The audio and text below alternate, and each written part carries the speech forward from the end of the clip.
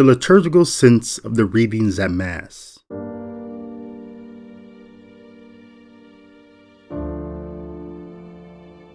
The question, what type of God do we serve, is often employed as a homiletic rhetorical tool to showcase the boundless nature of God, illuminating his deeds that surpass our understanding, or anything that has ever been attributed to pagan deities or human capabilities. This inquiry into God's magnanimity serves as a cornerstone for describing the divine attributes of God. His boundless love, compassion, justice, righteousness, omnipotence, sovereignty, faithfulness, and immutable nature.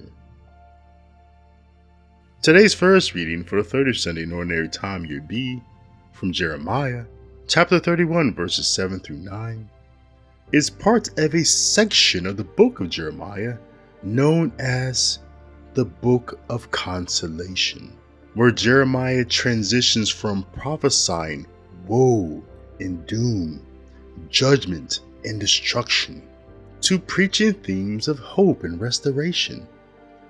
So the question shifts in the 30th to 33rd chapters of Jeremiah from, why do we serve a God that is this harsh with us, to what type of God do we serve that is this merciful with us? These passages reveal a profound narrative of God's boundless mercy and unwavering love. Despite their failings, God's willingness to restore and renew his people is a powerful testimony to his infinite compassion and grace. By boundless mercy, we mean that God's mercy transcends all limits. His mercy even surpasses human constructs of justice. When God declares, "Behold, I will bring them back from the land of the north. I will gather them from the ends of the earth, with the blind and the lame in their midst." He refers not only to the historical Babylonian exile, but also to a broader spiritual exile. Those who lived estranged from God through the works of the flesh, which are sin, are invited back into his loving embrace through the blood of Christ shed on the cross. In this context of how Jeremiah's prophecy was fulfilled in Christ, the Apostle Paul, in his letter to the Ephesians, chapter 2, verses 12 through 22, provides a beautiful lens through which to interpret Jeremiah's prophecy.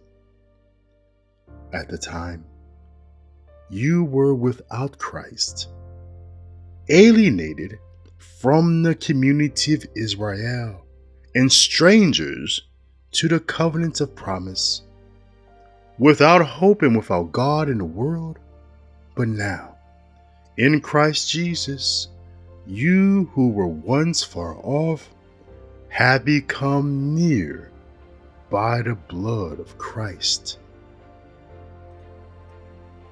Observe how in Jeremiah, God promises a radical restoration of his people, one that includes even the blind and the lame.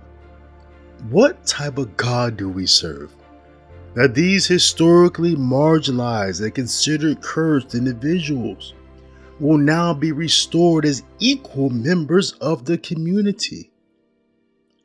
Indeed, this prophecy of Jeremiah was transformative, heralding a new inclusivity that we can only comprehend through Christ's promise to reconcile the alienated through his blood and in his body.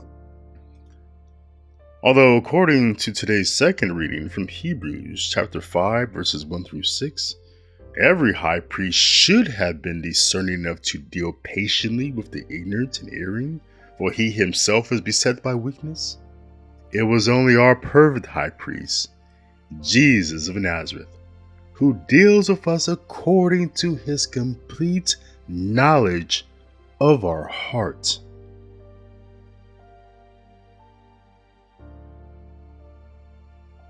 Each day, Bartimaeus sat outside the gates of Jericho, his heart heavy with the weight of his blindness and his soul yearning for the mercy of passerby who would offer him a morsel of bread or a sip of water. Accustomed to receiving the barest necessities from those who pitied him, Bartimaeus' hopes were modest, and his dreams were confined by the darkness that enveloped his world. Then, according to today's Gospel reading from Mark, chapter 10, verses 46 through 52, the air was filled with a sense of divine impossibility on a day unlike any other. Word spread that Jesus of Nazareth was passing by, and Bartimaeus, sensing the profound opportunity, cried out with a loud voice that echoed the depths of his despair and the heights of his hopes. "Jesus, Son of David, have pity on me," he pleaded, undeterred by the rebukes of the crowd that sought to silence him.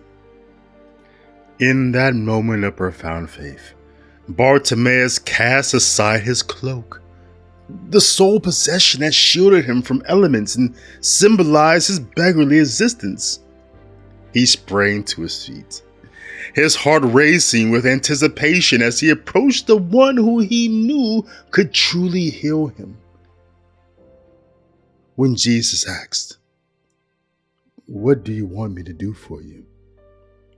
Bartimaeus replied with a simplicity and earnestness that cut through the noise of the world. "Master, I want to see." And with those words, a miracle unfolded. Bartimaeus' sight was restored, not just physically, but spiritually.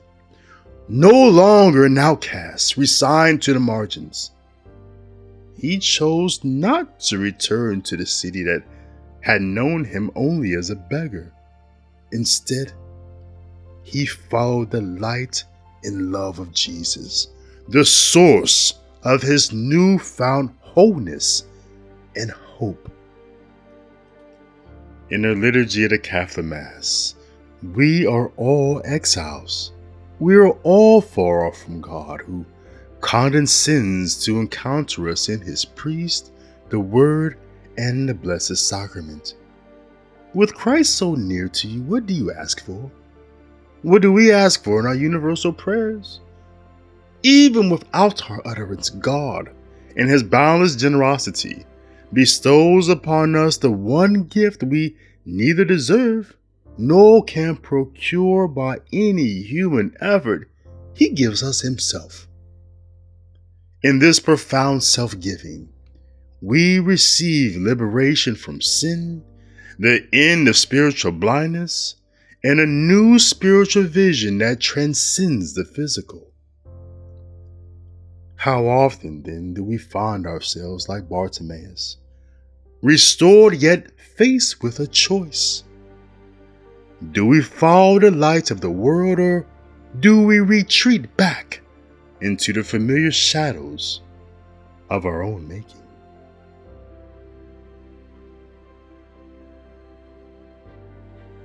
This is just one way how the readings at Mass this Sunday connect to the liturgy, and how the liturgy is forming us how to live our lives in the world. Be in the world which you have received through the liturgy. I am David L. Gray.